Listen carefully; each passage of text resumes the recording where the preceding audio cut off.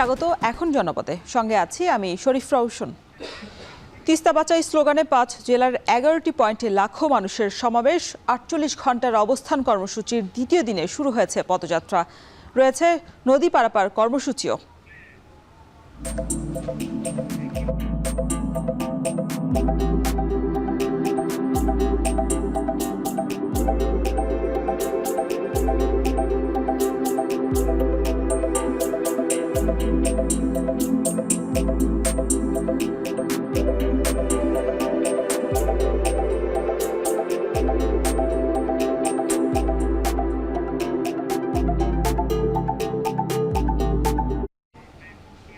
এখন জনপদে এ নিয়ে থাকছে বিস্তারিত।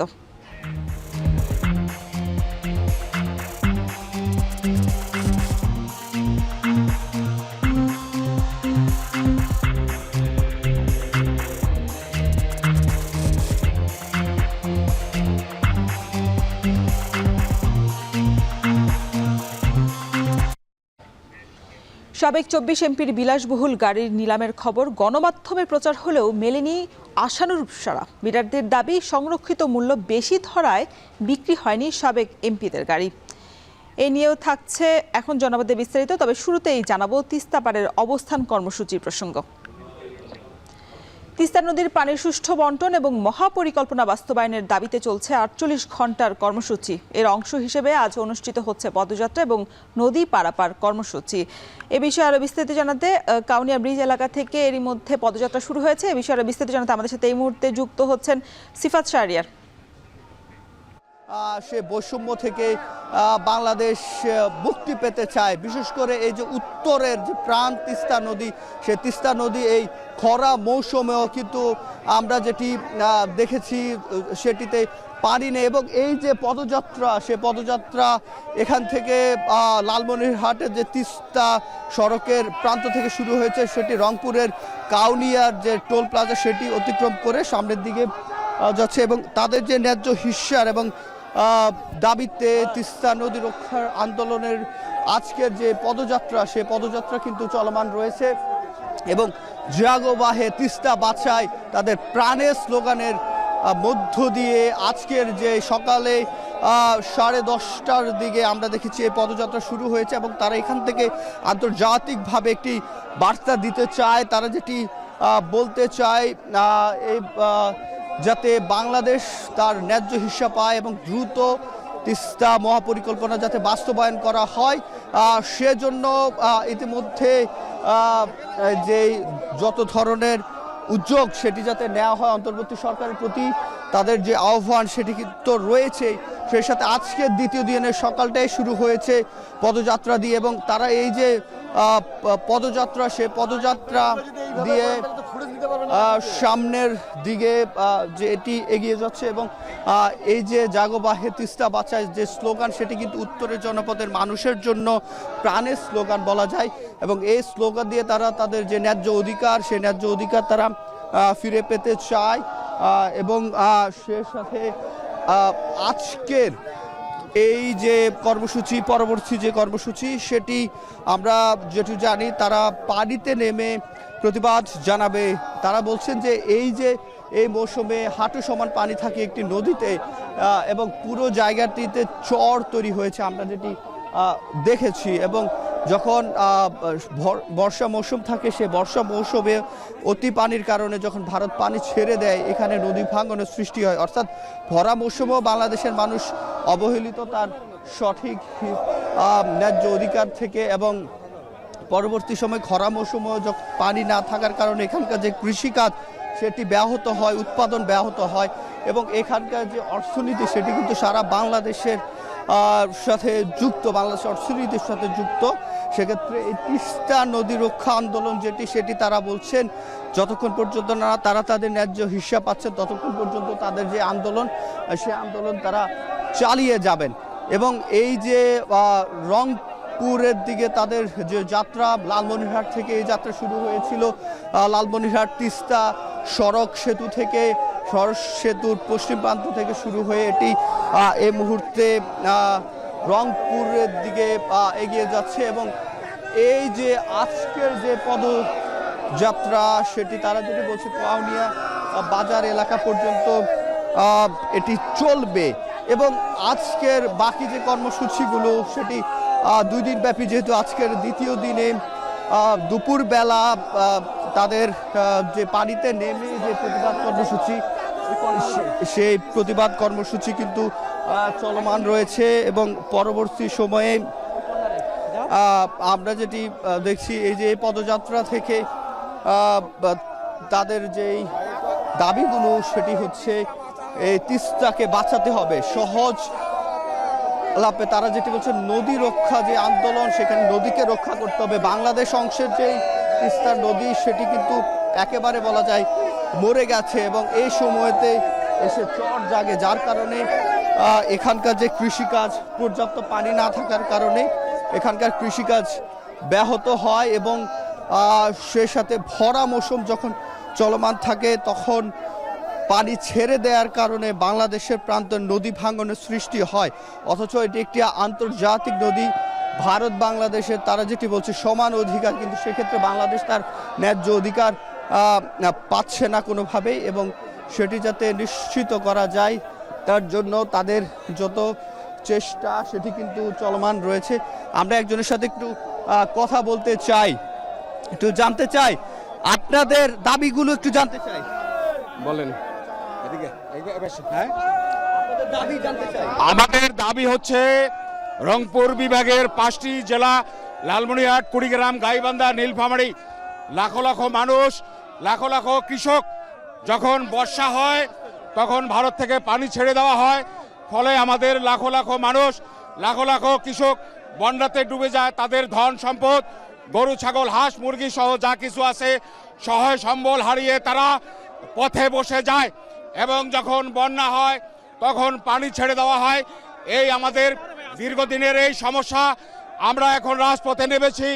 গত 17 তারিখ এবং 18 তারিখ আমাদের দাবি এখানে তিস্তা মহাপরিকল্পনা বাস্তবায়নের যে একটা কর্মসূচি রয়েছে, একটা প্রকল্প রয়েছে, অতি শীঘ্রই অনতি বিলম্বে এই প্রজেক্টটি যেন এখানে বাস্তবায়ন করা হয়। তাতে আমাদের লাখো লাখো কৃষক সমাজ উপকৃত হবে। আর যদি এই প্রকল্পটি এখানে বাস্তবায়ন করা না হয় এবং ভারত থেকে এইভাবে যদি পানি ছেড়ে দেওয়া হয় তাহলে আমাদের এই আন্দোলন চলবে। আমাদের এই আন্দোলন চলবে যতক্ষণ দাবি পূরণ হবে না ততক্ষণ আমাদের আন্দোলন চলবে। দুলুভাইয়ের নেতৃত্বে আমাদের এই আন্দোলন থেমে থাকবে না, আন্দোলন চলবে। ধন্যবাদ। জাগোবাহে তিস্তা বাঁচাই স্লোগানের কাউনিয়া ব্রিজ এলাকা থেকে পদযাত্রার কর্মসূচি সবশেষ খবর জানছিলাম। এরপর আরো বিস্তারিত জানতে চাই রংপুরের গঙ্গাচড়ার মহিপুর ব্রিজ এলাকা থেকে আমাদের সাথে এই মুহূর্তে যুক্ত হচ্ছেন মোকাররম হোসেন। মোকাররম, জানাবেন যে আজ কি কি কর্মসূচি রয়েছে, পদযাত্রার সবশেষ খবর কি? রওশন, রংপুরের যেই তিস্তা নদী রক্ষার যে আন্দোলন, সেই 48 ঘন্টার আন্দোলনের আজকে শেষ দিনে 2টি কর্মসূচি রয়েছে উল্লেখযোগ্য। এই 2টি কর্মসূচি কিন্তু খুবই চমকপ্রদ এবং এই কর্মসূচি বাস্তবায়নের জন্য তিস্তা পাড়ের 5 জেলার লাখো মানুষ কিন্তু মুখে আছে। একটি হচ্ছে যে তিস্তার পাড় ঘেঁষার যে জনপদ আছে সেখানে পদযাত্রা, অর্থাৎ তিস্তার যে 2 তীরে 115 কিলোমিটার লম্বা, তিস্তার 2 তীর 230 কিলোমিটার লম্বা, সেই বিভিন্ন পয়েন্টে 11টি পয়েন্টে পূর্ব নির্ধারিত যে পদযাত্রা সেটি আজকে অনুষ্ঠিত হবে। একই সঙ্গে দুপুরের আগে 2 ঘন্টার পদযাত্রা শেষে 1 ঘন্টার জন্য তিস্তা নদীর যে বিভিন্ন পয়েন্ট রয়েছে, যে জায়গাগুলোতে আসলে মরুকরণ হয়েছে, তিস্তার পানি শুকিয়ে চর জেগেছে, সেইখানে নেমে, অর্থাৎ কোথাও হাঁটু পানি, কোথাও কোমর পানি, কিংবা কোথাও একেবারেই পানি নেই, এই জায়গাগুলোতে নেমে প্লাকার্ড প্রদর্শন করার কর্মসূচি রয়েছে। সেই 2টি কর্মসূচির পরে দুপুর নাগাদ আলোচনা সভা শুরু হবে। সেই আলোচনা সভাগুলোতে বিএনপির কেন্দ্রীয় নেতৃবৃন্দ বক্তব্য রাখবেন এবং সেই বক্তব্য রাখার মধ্য দিয়ে তিস্তা মহাপরিকল্পনা বাস্তবায়নের যে দাবি, তিস্তার পানির যে ন্যায্য হিস্সা আদায়, সেই আদায়ের যে কর্মসূচি সেটি কিন্তু তারা জোরদার করবার চেষ্টা করছেন। রওশন, জানিয়ে রাখি গত 36 ঘন্টা ধরে তিস্তার চরে তিস্তা পাড়ের মানুষ আসলে তাঁবু খেটে এখানে আসলে রাত্রি যাপন করেছেন এবং এখানে রাত্রি যাপন শেষে তারা সকালে এখানেই রান্নাবান্না করেছেন। সকালে তারা নাস্তা করেছেন, নাস্তার পরে তারা দুপুরে এখানে গোসল করবেন এবং আগামী আরও প্রায় 12-13 ঘন্টা তারা এখানে অবস্থান করবেন এবং ওই অবস্থান অবস্থান করার মধ্য দিয়ে তারা জানাচ্ছেন এই তিস্তা তাদের বসতভিটা কেড়ে নিয়েছে, তিস্তা তাদের বেঁচে থাকার যে অবলম্বন সেটি কেড়ে নিয়েছে। তারা অনেক বছর তিস্তা মহাপরিকল্পনা বাস্তবায়নের জন্য অপেক্ষা করেছেন। তারা এবার আর প্রতিশ্রুতির বুলির মধ্যে সীমাবদ্ধ থাকতে চান না। তারা চান যে তিস্তার পানির সুষ্ঠু ন্যায্য হিসেবে আদায় অন্তর্বর্তী সরকার কঠোরভাবে প্রতিবেশী দেশ ভারতের সঙ্গে চোখে চোখ রেখে কথা বলুক। রওশন নিশ্চয় দেখতে পাচ্ছেন যে মানুষ কতটা উদ্গ্রীব হলে, কতটা আকাঙ্ক্ষিত হলে এভাবে তিস্তার চরে আসলে বসতি গড়তে পারে। অস্থায়ী হিসেবে হলেও এটি কিন্তু তারা গত 36 ঘন্টা যাবত এখানে থেকে আসলে যেই আন্দোলনের একটা নজির স্থাপন করেছেন। অর্থাৎ তারা বলছেন যে বাংলাদেশের দাবি আদায়ের জন্য খুবই একটি পরিচিত পন্থা হলো পথঘাট বন্ধ করা, মানুষকে কষ্ট দেয়া। কিন্তু মানুষকে কষ্ট না দিয়েও যে একটি আন্দোলন বাস্তবায়ন করা যায়, বড় কর্মসূচি সফল করা যায়, তার প্রমাণ কিন্তু তারা দিচ্ছেন। এবং তারা বলছেন যে তিস্তা পাড়ের মানুষের জীবনমান উন্নয়ন করতে হলে অবশ্যই তিস্তা মহাপরিকল্পনা বাস্তবায়ন করতে হবে এবং তিস্তাকে ঘিরে কৃষিভিত্তিক শিল্পায়নের ব্যবস্থা করতে হবে এবং এই শিল্পায়নের মধ্য দিয়েই তিস্তা পাড়ের মানুষ তিস্তার গর্ভে যা কিছু তাদের সম্পদ হারিয়েছেন সেই সম্পদ তাদের কিছুটা হলেও ফেরত পাওয়া সম্ভব। রওশন ছিল এই মুহূর্তে তিস্তার যে গঙ্গাচড়া অংশ, সেই গঙ্গাচড়া অংশ থেকে এই মুহূর্তে কর্মসূচির সবশেষ। তিস্তা বাঁচাই কর্মসূচির দ্বিতীয় দিনের সবশেষ খবর জানাতে রংপুর থেকে যুক্ত ছিলেন সহকর্মী মোকাররম হোসাইন। তারুণের উৎসবের অংশ হিসেবে তথ্য এবং সম্প্রচার মন্ত্রণালয়ের উদ্যোগে 2 দিনব্যাপী শুরু হয়েছে চিত্রলেখায় জুলাই অভ্যুত্থান প্রদর্শনী। কথা বলছেন উপদেষ্টা মাহফুজ আলম, সরাসরি যুক্ত হচ্ছি সেখানে। সকল স্তরের অনেক মানুষ যারা আসলে এই সিস্টেম ক্লায়েন্টেল সিস্টেমের অন্তর্ভুক্ত ছিল, রাষ্ট্রের টাকা খরচ করে শেখ হাসিনা প্রশাসনে, পুলিশে এবং বিভিন্ন আইন শৃঙ্খলা বাহিনীতে এই আদর্শিক গুন্ডাদেরকে লালন পালন করতেন। সেখানে সাংবাদিকরাও ছিলেন, সেটাও আমরা জানি। এই আদর্শিক গুন্ডারা বেসিক্যালি বাংলাদেশের হাজার হাজার মানুষের উপর যে গুম, খুন, নিপীড়নের একটা যে বাস্তুতন্ত্র ছিল, একটা ইকোসিস্টেম ছিল, এই ইকোসিস্টেমকে সাবস্টেন্সিয়েট করেছেন। তারা এটার জন্য ন্যায্যতা উৎপাদন করেছেন। তারা যখনই মানুষের উপর নিপীড়ন চলেছে, হত্যাযজ্ঞ চলেছে, তখনই তারা এই হত্যাযজ্ঞগুলোকে যথেষ্ট পরিমাণ স্বাভাবিক এবং মৌলবাদ বিরোধী, সাম্প্রদায়িকতা বিরোধী, জঙ্গি বিরোধী এসব অনেক তকমা লাগিয়ে সাধারণ মানুষের হত্যার ক্ষেত্রগুলোকে ন্যায্যতা দিয়েছে। ফলে এই যে সিস্টেমটা, যেখানে শেখ মুজিবের ভুল থেকে শিক্ষা গ্রহণ করে শেখ হাসিনা একটা গোছানো, উপরে যেই ফিটপাট ভিতরে সদরঘাট বলে একটা কথা আছে, এই পুরা সিস্টেমটা উনি এমনভাবে বানিয়েছেন যে এই সিস্টেমে এখন আমরা যেখানেই হাত দিই না কেন ওখানেই আওয়ামী লীগের লোক পাওয়া যায়, যেখানেই হাত দিই না কেন ওখানেই আদর্শিক গুন্ডাদেরকে পাওয়া যায়, যেখানেই হাত দিই না কেন আমরা ওখানে নিপীড়ক সত্তাকে পাই। আমরা অনেকেই ভুল করি যে শেখ হাসিনার আমলকে আমরা বলি, অনেকে বলেন কর্তৃত্ববাদী, অনেকে বলেন আরো দুঃশাসন, এসব অনেক কথার বেড়া জালে এটাকে বন্দি করে রাখেন। এটা স্পষ্টত ফেসিবাদ ছিল, এটা আমরা সবসময় মনে রাখতে চাইব। ফেসিবাদ এমন একটা ব্যবস্থা যেখানে অবশ্যই একটা বড় অংশের মানুষের, অন্ধ অনুরাগীদের অংশগ্রহণ থাকবে। যারা বাবাদর্শিক গুন্ডামিটা করবে এদের অংশগ্রহণ থাকবে। ফলত শেখ হাসিনার যে ফেসিবাদ ছিল, এই ফেসিবাদে পুরা বাংলাদেশের তার দলীয় কর্মীরা তো ছিলই, প্রশাসন থেকে শুরু করে পুলিশের সবাই অংশগ্রহণ করেছিল। এই প্রেক্ষাপটে এই ফেসিবাদকে বিলোপের জন্য এই ফেসিবাদ যেটা করেছে সেটা হচ্ছে এই বিলোপ। আমরা যে বারবার বলেছি বা বারবার বলতে হয় আমাদেরকে যে ফেসিবাদী ব্যবস্থার বিলোপ। কেন আমরা ব্যবস্থার বিলোপ নিয়ে কথা বলি?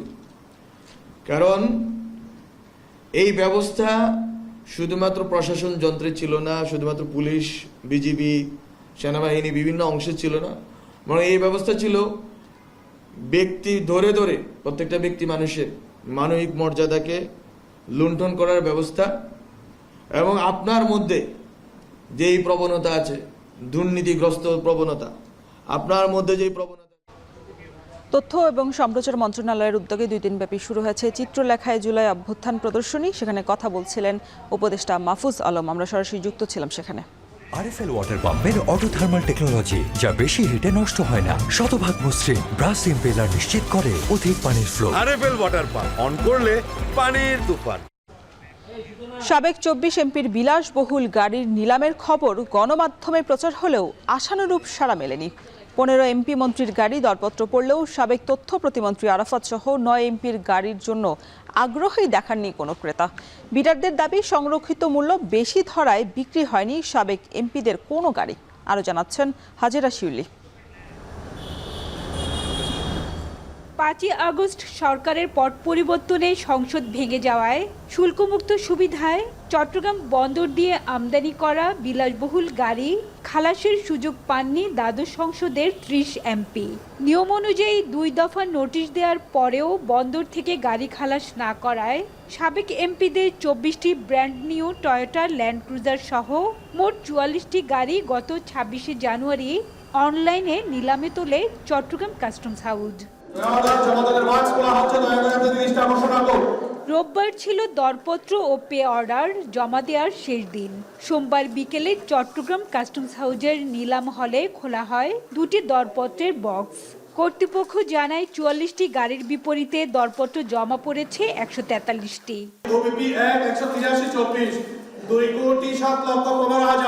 24 এমপির প্রতিটি ল্যান্ড ক্রুজারের ভিত্তিমূল্য 9,67,00,000 টাকা ধরা হলেও গড়ে নিলামে দর উঠেছে 2 থেকে 2.5 কোটি। খুলনা 3 আসনের সাবেক এমপি SM কামালের ল্যান্ড ক্রুজারের জন্য সর্বোচ্চ 3,10,00,000 টাকা দর উঠেছে। এরপর বগুড়া 5 আসনের এমপি মজিবুর রহমান মঞ্জুর গাড়ি দ্বিতীয় সর্বোচ্চ দর উঠেছে 2,60,00,000 টাকা। অবাক করা বিষয়, 9 এমপির গাড়ির জন্য নিলামে আগ্রহ দেখাননি কেউ। এর মধ্যে আছেন সাবেক তথ্য প্রতিমন্ত্রী মোহাম্মদ আরাফাত, চট্টগ্রাম 15 আসনের এমপি ও বনফুল গ্রুপের চেয়ারম্যান আব্দুল মোতালেব, সংরক্ষিত মহিলা আসনের এমপি সানজিদা খানম, ময়মনসিংহ 11 আসনের আব্দুল ওয়াহেদ, ব্রাহ্মণবাড়িয়া 1 আসনের ASK আকরামুজ্জামান সহ 9 এমপি। আর তারকা এমপি তারানা হালিম ও আলোচিত নারী এমপি জান্নাতারা হেনরির গাড়ির বিপরীতে দর উঠেছে মাত্র 5 লাখ টাকা করে। 2 কোটি থেকে 2.5 কোটি টাকার মধ্যে। আবার আরও 8 থেকে 10টা গাড়ি, যেটা আমরা আরও কনফার্ম করতে পারবো আসলে অ্যাসেসমেন্ট করার পরে, যে টোটাল হিসাবটা আমরা পাবো, ওইগুলোতে কোনো বিড পড়ে নাই। বিডারদের অভিযোগ, কাস্টমসের নির্ধারিত 9,67,00,000 টাকা মূল্যে এমপিদের গাড়ি কেনার মতো ক্রেতা বর্তমানে বাজারে নেই।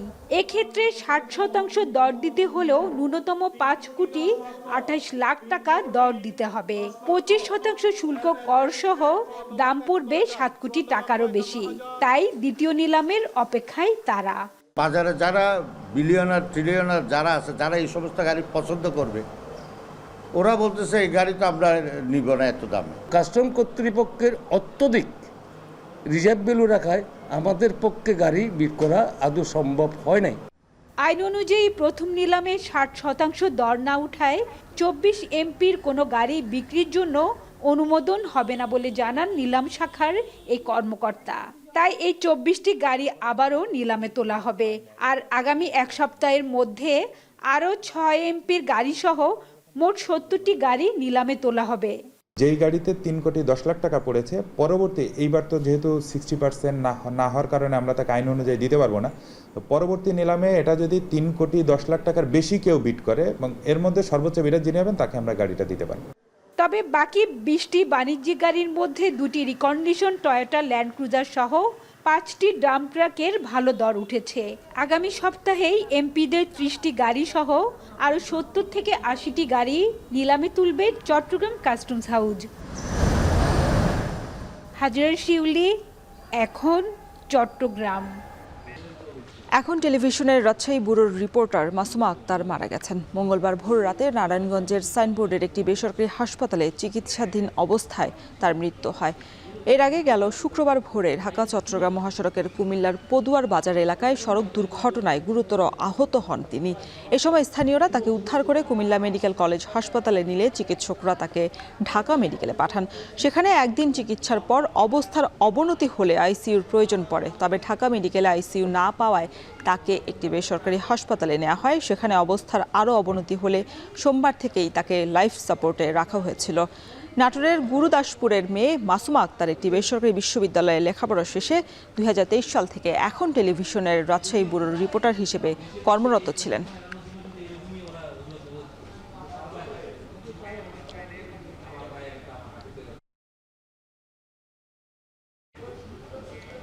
ঘন কুয়াশায় কুমিল্লার ঢাকা চট্টগ্রাম মহাসড়কের জিংলাতলি থেকে আমিরাবাদ পর্যন্ত 1 কিলোমিটার সড়কের আলাদা আলাদা স্থানে দুর্ঘটনায় অন্তত 15 জন আহত হয়েছে। ভোর 6টা থেকে 6:30টার মধ্যে এই দুর্ঘটনা ঘটে। পুলিশ জানায় ঘন কুয়াশার কারণে মহাসড়কের 1 কিলোমিটারের মধ্যে আলাদা আলাদা স্থানে বাস, অ্যাম্বুলেন্স এবং প্রাইভেট কার সহ 8টি যানবাহন দুর্ঘটনার কবলে পড়ে। এসব দুর্ঘটনায় আহত অন্তত 15 জনকে উদ্ধার করে বিভিন্ন হাসপাতালে পাঠানো হয়েছে। পাশাপাশি দুর্ঘটনা কবলিত যানবাহনগুলো উদ্ধারে কাজ করছে হাইওয়ে পুলিশ। দখল দূষণে মৃত প্রায় জামালপুর শহরের বংশখাল। একসময় যে নৌপথ দিয়ে চলাচল করত নৌকা, এখন সেখানে ময়লা আবর্জনার স্তূপ। শহরের জলাবদ্ধতা নিরসন এবং পরিবেশ রক্ষায় দ্রুতই দখল মুক্ত করে খাল খননের দাবি পৌরবাসীর। আরও জানাচ্ছেন জুয়েল রানা। এক সময়ের খরস্রোতা খাল বংশ, ব্রহ্মপুত্র নদের সাথে যুক্ত এই খাল দিয়ে চলত পণ্যবাহী নৌকা। আজ সেই খাল দখল ও দূষণের কবলে পড়ে প্রায় অদৃশ্য। জামালপুর শহরের দয়াময়ী মোড়, তমালতলা, পিলখানা সহ বিভিন্ন স্থানে খালের দুই পাড় দখল হয়ে গেছে। কোথাও কোথাও পলিথিন, প্লাস্টিক ও বর্জ্যের স্তূপ জমে বন্ধ হয়ে গেছে খালের স্বাভাবিক প্রবাহ। বেড়েছে দুর্গন্ধ ও মশার উপদ্রব। যে যার মতো পারে এইখানে সমস্ত বাসাবাড়ির ময়লা, রাস্তার ময়লা, বৃষ্টি হলে সমস্ত ময়লা এই ড্রেনে চলে আসে। এটা নিয়মিতভাবে পরিষ্কার করা হয় না, যার কারণে এই খালের যে প্রবাহ এটা বাধাগ্রস্ত হচ্ছে। পৌর কর্তৃপক্ষের নিকট দাবি করব যাতে প্রতি বছর এই বংশখালটি কার্যকরভাবে পরিষ্কার পরিচ্ছন্ন করা হয়। 2007 সালে যৌথ বাহিনীর অভিযানে দখলদারদের হাত থেকে খাল উদ্ধার করা হয়, কিন্তু নিয়মিত তদারকির অভাবে আবারও দখল হয়ে গেছে খালের বিভিন্ন অংশ। নগরবাসীর অসচেতনতায় বাসাবাড়ির বর্জ্য, পলিথিন ও প্লাস্টিকে দূষিত হচ্ছে খালের পানি। এতে করে শুধু জলাবদ্ধতা নয়, বর্ষার সময় সামান্য বৃষ্টিতেই সৃষ্টি হয় চরম দুর্ভোগ। পৌরসভা জলাবদ্ধতা সৃষ্টি হয়, বাচ্চারা স্কুলে যেতে পারে না।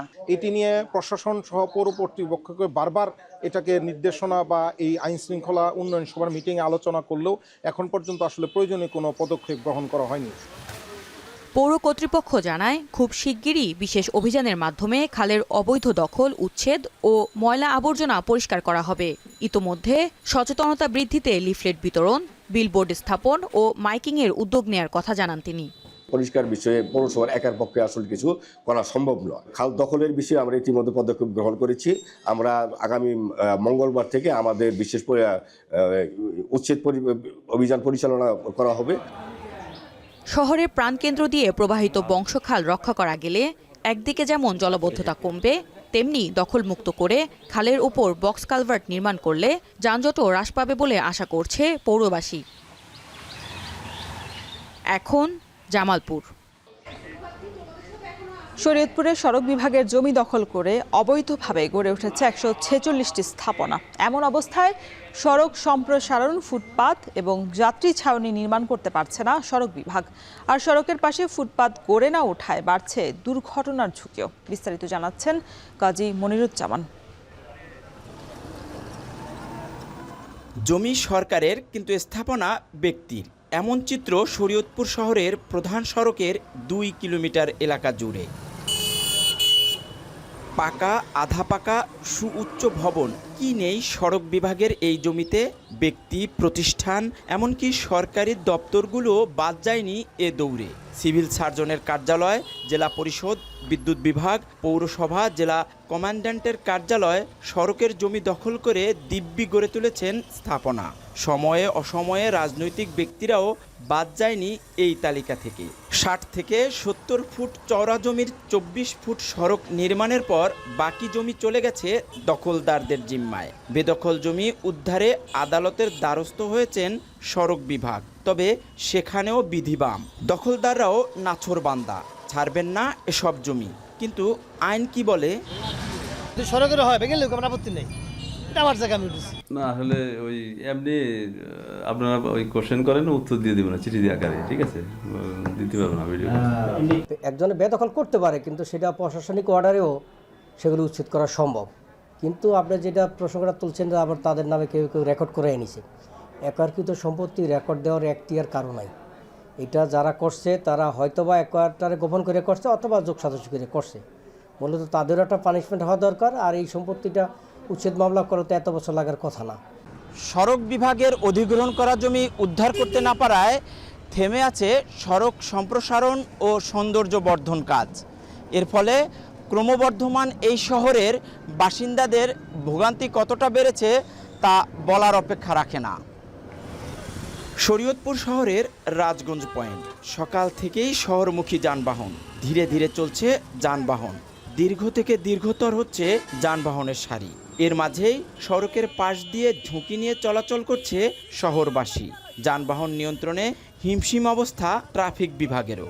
দ্রুত সময়ে দখলমুক্ত করে সড়ক বাড়ানো আর ফুটপাত নির্মাণের দাবি শহরবাসীর। এই পদ্মা সেতু চালু হওয়ার পর সড়ক পরিবহন অন্য পরিবহন অনেকটাই বাড়ার কারণে, ঠিক আছে, আমরা সদরে সবসময় ভোগান্তিতে থাকি। সকাল 9টার পর থেকে আপনার নিয়া 11টা 12টা পর্যন্ত যে জাম করে, এই জামে আমরা খুবই অস্থির লাগে। রাস্তাটা প্রশস্ত হওয়া দরকার, আর ফুটপাত অবশ্যই দরকার, অবশ্যই জরুরি। অবৈধ স্থাপনা উচ্ছেদ করে সড়ক সম্প্রসারণ করা গেলে যানজট নিরসন হবে, বলছেন সড়ক ও জনপথ বিভাগের নির্বাহী প্রকৌশলী। আর দখলদারদের উচ্ছেদে সব ধরনের সহযোগিতার আশ্বাস দিয়েছেন জেলা প্রশাসক। অবৈধ স্থাপনা থাকার ফলে যেহেতু আমাদের সড়ক সংকুচিত হয়ে গেছে, অবশ্যই অবৈধ স্থাপনা সরানোর পরে আমাদের পাশে জায়গা হবে এবং অবশ্যই এখানে যানজট নিরসনে সেটা খুবই গুরুত্বপূর্ণ ভূমিকা পালন করবে এবং এখানে অনেক ক্ষেত্রে প্রয়োজনের ক্ষেত্রে যাত্রী ছাউনি নির্মাণ করা যাবে। যেগুলো আদালতে বিষয় যেগুলো বিচারাধীন রয়েছে সেগুলো তো আমাদের আদালতের রায় পর্যন্ত অপেক্ষা করতে হচ্ছে, কিন্তু অন্যান্য স্থাপনা বা জায়গা যেগুলো অবৈধ দখলে আছে সেগুলোর বিষয়ে আমরা অনতিবিলম্বে আইনানুগ প্রয়োজনীয় সহযোগিতা প্রদান করব। সড়ক নির্মাণে 1986-87 সালে সড়ক বিভাগ শহরের 3টি মৌজার 12 একর জমি জেলা প্রশাসনের ভূমি অধিগ্রহণ শাখার মাধ্যমে অধিগ্রহণ করে। কাজী মনিরুজ্জামান, এখন শরীয়তপুর।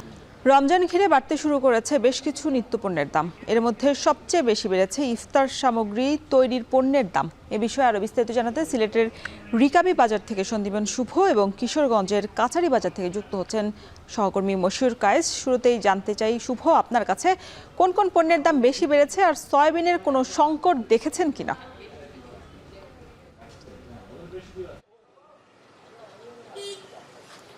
দেখুন, রমজান মাসের আর মাত্র 2 সপ্তাহ বাকি নেই, তার মধ্যেই কিন্তু বিভিন্ন নিত্য প্রয়োজনীয় পণ্যের দাম কিন্তু বাড়তে শুরু করেছে। বিশেষ করে আমরা গত 1 থেকে 1.5 মাস যাবৎ যে জিনিসটি নিয়ে কথা বলছিলাম সেই পণ্যটির নাম হচ্ছে সয়াবিন তেল। সেই সয়াবিন তেল যেন আস্তে আস্তে ধীরে ধীরে বাজার থেকে গোটাতেই শুরু করেছে এবং এটির সংকট তীব্র থেকে তীব্রতর হচ্ছে।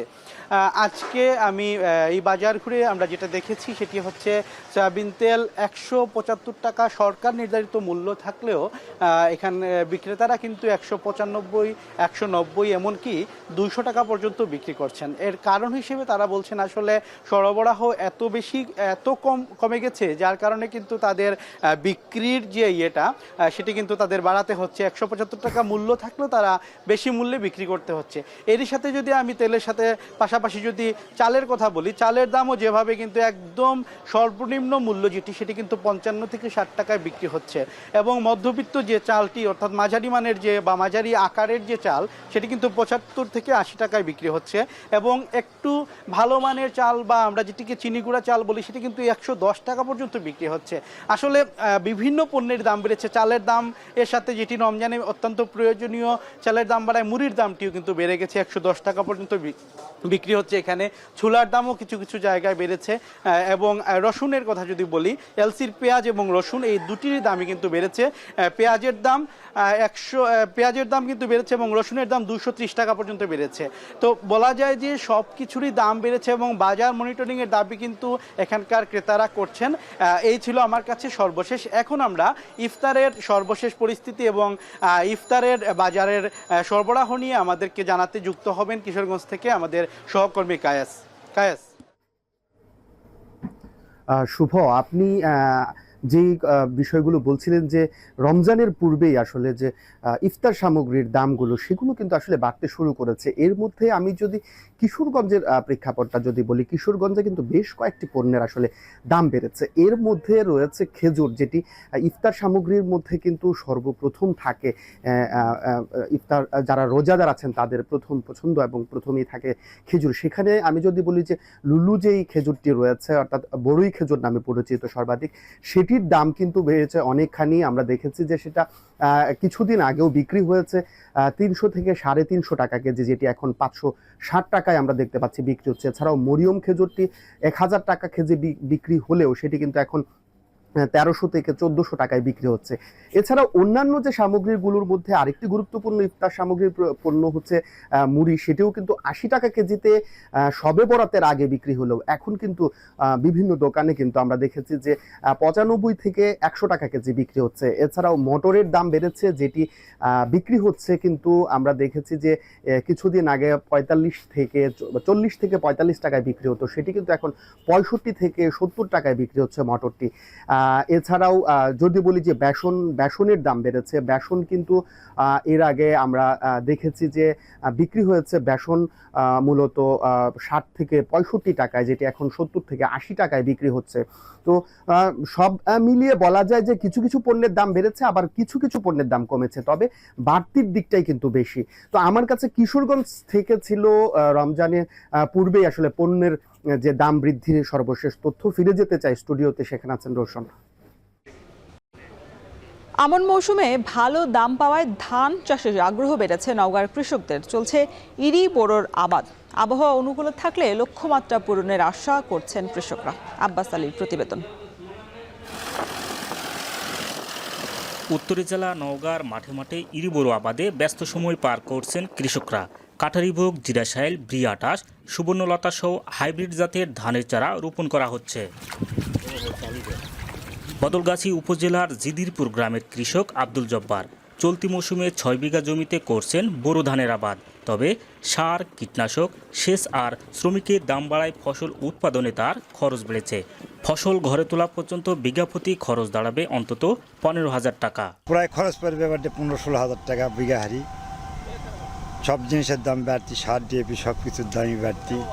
ধান আবাদে বাড়তি খরচ যোগাতে ধার দেনা করেন অনেক কৃষক, যা পরিশোধে ধান ঘরে তোলার আগেই উঠান থেকে ধান বিক্রি করতে বাধ্য হন। ফলে লোকসান কাটাতে মৌসুমের শুরুতে প্রতিমন ধানের দাম অন্তত 1500 টাকা করার দাবি কৃষকদের। একই সাথে অভিযোগ করেছেন সিন্ডিকেট করে সারের দাম বাড়ানোর। শ্রমিক, সার সব কিছু মূল্য বৃদ্ধি, সে কারণে একটু দাম বৃদ্ধি হলে 15 থেকে 1600 টাকা মন বিক্রি হলে কৃষক পর্যায়ে সুবিধা হয়। আমরা যখন ধান লাগাই সার ও কীটনাশক দাম বেশি হয়ে যায়, যখন আবার বেচতে যাই তখন ধানের দাম কম হয়। তো ঘটনাতে এই বিষয়টা যদি সরকার দেখে আমাদের জন্য খুব সুবিধা হয়। এখন সবাই ইরি লাগানো ব্যস্ত, শ্রমিকের সংকট, 500 থেকে 600 টাকা দিন দিতে হচ্ছে। রোপা মৌসুমে আমাদের টিএসপি, ডিএপি এগুলির বেশি প্রয়োজন, আর এটা আগনে প্রথমেই আমরা দিতে হয় এই জমিতে। এই দেওয়ার কারণেই এই কৃষকের চাহিদা অনুসারে এরা একটা ব্যবসায়ীরা হয়তো বা সিন্ডিকেট করে একটু দামের বৃদ্ধি তালিকা করেছে। এটা 140 থেকে 150 টাকা পর্যন্ত বেশি নিচ্ছে। কৃষি বিভাগ বলছে চলতি বোরো মৌসুমে উন্নত জাতের হাইব্রিড বীজের প্রণোদনার পাশাপাশি কৃষকদের দেয়া হচ্ছে নানা পরামর্শ। ইতিমধ্যেই বোরো আবাদ শুরু হয়েছে এবং এবছর কৃষক ধানের ভালো বাজার মূল্য পাওয়ার কারণে বোরো আবাদে কৃষকদের বেশ আগ্রহ লক্ষ্য করা যাচ্ছে। কৃষি সম্প্রসারণ অধিদপ্তরের আমাদের মাঠ পর্যায়ের কর্মকর্তা কৃষকদেরকে বোরো আবাদে আধুনিক চাষাবাদ কলা কৌশল, সুষম সার ব্যবহারের প্রয়োজনীয় পরামর্শ দিচ্ছে। কৃষি বিভাগের তথ্য মতে নওগাঁয় এবছর 1,93,000 হেক্টর জমিতে বোরো আবাদের লক্ষ্যমাত্রা নির্ধারণ করা হয়েছে, যা থেকে প্রায় 12,86,000 টন ধান উৎপাদনের আশা, যার বাজার মূল্য প্রায় 5,000 কোটি টাকা। আব্বাস আলী, এখন নওগাঁ। টাঙ্গাইলে বেড়েছে আখের গুড়ের চাহিদা, তাই চাষের জমি থেকেই বিক্রি হয়ে যাচ্ছে আখ। নির্ভেজাল গুড় ভোক্তার কাছে পৌঁছে দিতেও আখের চাষ বাড়াতে কৃষকদের সহযোগিতা করছে কৃষি বিভাগ। বিস্তারিত জানাচ্ছেন কাউসার আহমেদ।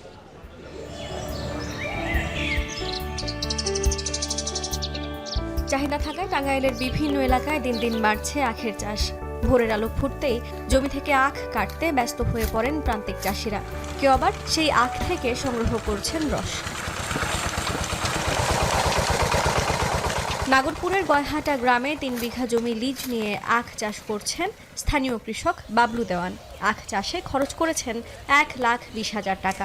এই আখ থেকে গুড় তৈরি করে 3.5 লাখ টাকা আয়ের আশা করছেন তিনি। খুচরা বিক্রি করলে দাম একটু বেশি বিক্রি করতে পারি। আমি যেটুকু আবাদ করছি এটা চাহিদা পূরণ করতে পারব না। 220 লিটার আখের রসকে 3 ঘন্টা জাল দিলে তৈরি হয় 1 মণ গুড়। আর প্রতি মণ গুড় বিক্রি হয় 6,000 টাকায়। যেখানে রসের কালচে রং ও ময়লা দূর করতে শিমুল গাছের ছাল ব্যবহার করছেন কারিগররা। মানে ও স্বাদে ভালো হওয়ায় কৃষকের কাছ থেকেই গুড় কিনে নিচ্ছেন ক্রেতারা। আমি এই কাজটা করতেছি আজ 20 বছর যাবত। এটা একটা পিওর গুড়, 40 কেজির দাম 6,000, আর খুরচাই 1 কেজি 150 টাকা। এই গুড় খেয়ে আর ওই গুড় খেয়ে আমরা অনেকটা ব্যবধান বা অনেকটা তফাৎ পাই। এনে আমাকে চোখের সামনেই তৈরি হইতেছে, দূর দূরান্ত থেকে আসতেছে লোক।